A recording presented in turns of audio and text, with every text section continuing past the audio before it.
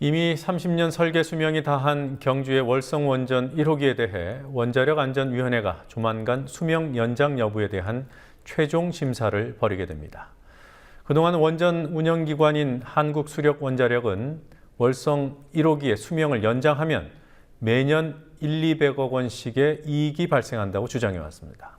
하지만 오늘 국회에서 열린 토론회에서 이 주장과 전혀 다른 분석 결과가 담겨있는 한수원 측 연구원 보고서가 공개됐습니다. 해당 보고서에는 손실 발생 가능성이 명시돼 있었습니다. 김현주 PD가 취재했습니다. 핵발전 왜 해야 된다고 생각하느냐라고 물어보면요. 첫 번째가 경제적입니다라고 얘기했습니다. 한수원에서. 싸기 때문에 이걸 해야 된다고 계속 얘기했던 거예요. 근데 지금 와가지고는 이게 경제적인지 안 경제적인지 중요하지 않다는 얘기는 저는 이것도 오늘 처음 한수원에서 공식 얘기하신 겁니다. 굉장히 중요한 팩트고요. 오늘 국회에서 열린 월성원전 1호기 토론회에서 환경단체 대표가 한 말입니다.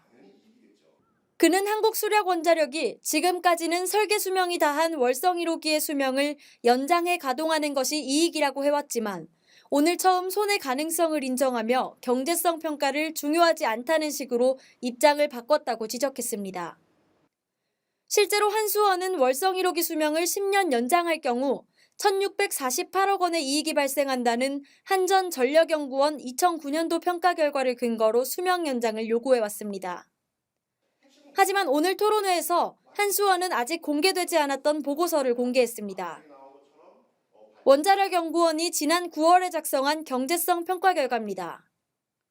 이 보고서에는 최상의 경우 2,500억 원 이상 이익이 나겠지만 최악의 경우 360억 원 가까이 손실이 될 수 있다고 적혔습니다. 한수원 측이 처음으로 손실 가능성을 인정한 셈입니다. 그럼에도 한수원은 수명 연장이 경제적이라는 입장을 바꾸지는 않았습니다. 지금 모든 경제 평가는 계속 운전을 하는 게 그냥 버리는 거는 이익이죠. 그래도 저는 그거 당연한 거 아닙니까? 중요하지 않다고 그런 거지. 그게 경제적이 아닌 걸 손해인 거를 지금 할 필요는 없습니다. 하지만 지난 8월 국회 예산정책처의 분석에서도 수명을 연장할 경우 수천억 원의 손실이 발생한다는 결과가 나왔습니다.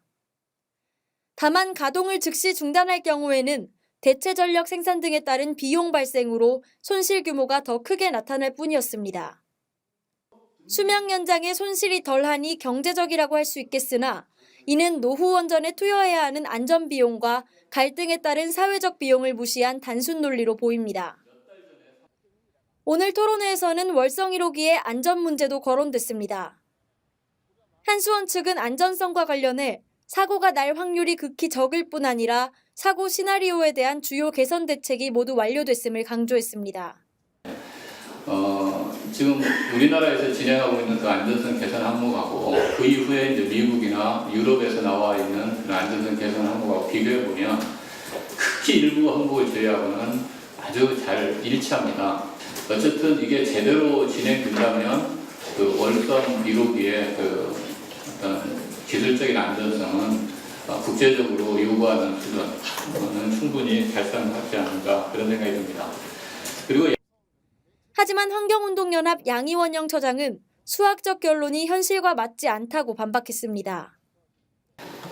사고 일어나기 전에는 하나의 원전은 1억 원자료연의 1회의 경남 용기 파손 확률 그리고 3기가 동시에 발생할 확률을 수학적으로 계산하면 10의 24승 원자료연의 3회라고 계산이 나옵니다. 네, 이런 수학적이고 과학적인 결론이 현실과 맞지 않는다는 겁니다. 그래서 원자력 안전신안은 깨졌다라고 얘기를 하는 겁니다. 5년 전 월성 1호기의 폐연료봉 낙하 사고가 은폐돼 온 사실에 대한 지적도 나왔지만 한수원 측은 아무 입장도 내놓지 않았습니다. 2000년대 초반까지 이런 사고를 은폐하거나 축소하는 경향이 있었지만 그 이후로는 대체적으로 그런 사고들이 다 공개되고 있다고 믿어왔는데 2009년 월성 1호기 그 사고를 은폐한 과정을 보면서 아직도 우리가 모르는 은폐하는 사고들이 현장에서 발생하고 있는 것이 아닌가. 그 현장에서 고방사능 피폭을 받는 노동자들이 여전히 존재하고 있다. 이런 의혹을 가질 수밖에 없습니다. 오늘 토론회는 원전 찬반론자들이 서로의 대립된 입장을 확인하는 데 그쳤습니다. 이들은 원전에 대한 지속적인 논의가 필요하다며 국회로 과제를 넘겼습니다. 국민TV 뉴스 김현주입니다.